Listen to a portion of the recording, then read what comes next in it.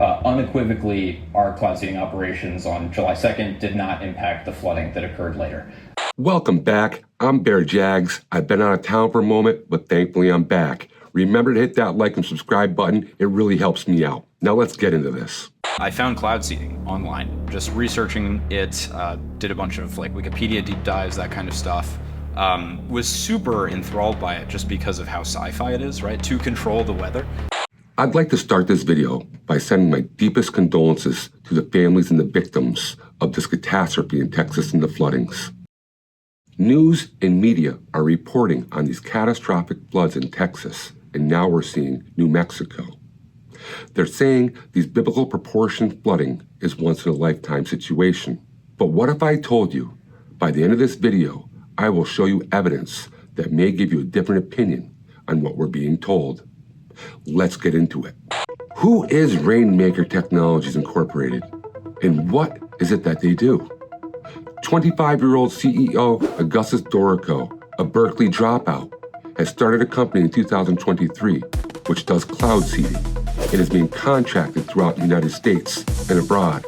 Because it sounds crazy, because it is a little crazy. It is, we love the taste of blood in our mouth. And so what does that mean, Augustus? That seems nuts. His company was contracted on July 2nd to cloud seed in Central Texas. He claims his cloud seeding project was dissipated and completed by 4 p.m. the same day. But we're now seeing reports that he cloud seeded in the evening. And we're also hearing reports of the following day after this cloud seeding project that campers and vacationers were seeing blue rain and wondering where it came from and completely baffled. And if you know anything about cloud seeding and the technology behind it, you'll know that silver iodide is emitted into the atmosphere, causing a chemical reaction which coagulates the water and pulls it all together. Becoming so heavy, it starts to rain, or depending on the temperature, snow. And there's absolutely no science behind the amount of rain that can come. It's sort of a hit and miss situation. Same with cloud seeding. Like you can model out all of the second order, nth order effects, but until you test it, you haven't tested it. But then also, yeah, like you kind of just got to send it at some point too, right? Augustus Doricko may have some questions to answer. Word around the campfire is he has a meeting in front of a committee to explain the situation. He personally is trying to wash his hands, saying he has no liability, claiming that Texas had severe rain due to tropical weather patterns. And I'm very sorry, Mr. Doricko. Show us the tropical rainforests in Texas. We'd all like to see the tropical weather in Texas. This man may be the exact cause of this situation. So have I told you about the atmospheric river generation? No. So if you talk... I was intoxicated. Okay. Sure. It's essentially this, right? If you have one cloud, you can induce precipitation in it to make it rain there. Mm-hmm.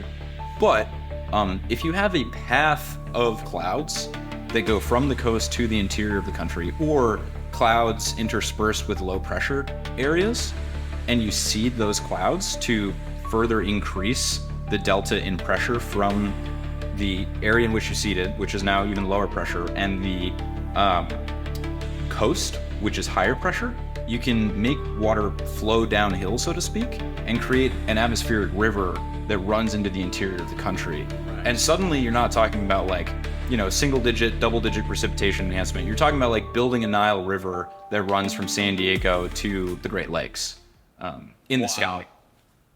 That is what I'm most excited about. We must ask ourselves, what is this Doricko man doing? And what, Augustus, is your ultimate agenda? This young man is only 25 years old with zero life experience as far as I'm concerned. He should not be put in a situation or a position with this much power. Maybe we should speculate for a moment here. Maybe we should dive down the rabbit hole of curiosity and ask ourselves, who is Augustus Doricko? Born in Greenwich, Connecticut, spent his youth sailing, took a free ride to Berkeley, dropped out, became a personal trainer, where he met this Roger Thiel fella. And Roger Thiel introduced him to the water business. You see, Roger Thiel regulates how much water farms receive in drought-prone areas. That's his company, from what I understand. Augustus, who realized there was an opportunity, got into cloud seeding. We all have questions, and one of my main questions is, how did Augustus Doricko get put in this position? Who allowed this man to hold this level of responsibility? This is a very dangerous and very violent chemical reaction, if not handled properly. So it's safe to assume, maybe it's safe to say, that we're dealing with a young hotshot with an ego. And think back, maybe you're 25 now, maybe you're not. But when I was 25 years old, I had something to prove, especially when it came to work. We worked harder, we worked longer, we worked faster to help ourselves build our reputation and to help strengthen our businesses. Let's just put this on the hot plate for a moment. Maybe Doricko, trying to build his company and pull himself ahead as a leader in the pack, said, let's impress them with our abilities. Let's give them what they need, rain. Let's give them more rain than they know what to do with, but not necessarily flood them. And we must speculate a little bit. We must wonder how this happened. Possibly, after doing some mathematical calculations, let's just use this as an example. It says we need 3 cc's of silver iodide. He said, no, let's bump it up to 4.2. Not realizing the catastrophic events that were about to unfold. It's just too much of a coincidence. We've never seen flooding like this in Texas, and now reports are coming out that it's flooding in New Mexico. We're seeing catastrophic damage, and this man is being held with no liability. We need to bring an investigation. We need to ask some serious questions. Where is the flight logs? Where are these drones? And who is responsible for the amount of chemicals emitted into the atmosphere? The question is whether or not Rainmaker, cloud seeding on July 2nd, contributed to storms that occurred on July 4th. Did it enhance? Did it intensify what we saw some 36 to 48 hours later? Rainmaker Technologies has cloud seeded in Dubai, Los Angeles, and now Central Texas. And we all saw the devastating floods that occurred in Los Angeles last year. We've all seen the reports and seen the videos of the flooding in Dubai. I am sorry, I personally don't feel that we need to be scientists to see what happened.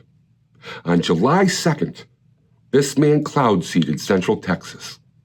Less than 24 hours later, catastrophic flooding that caused the loss of almost 200 souls at this point.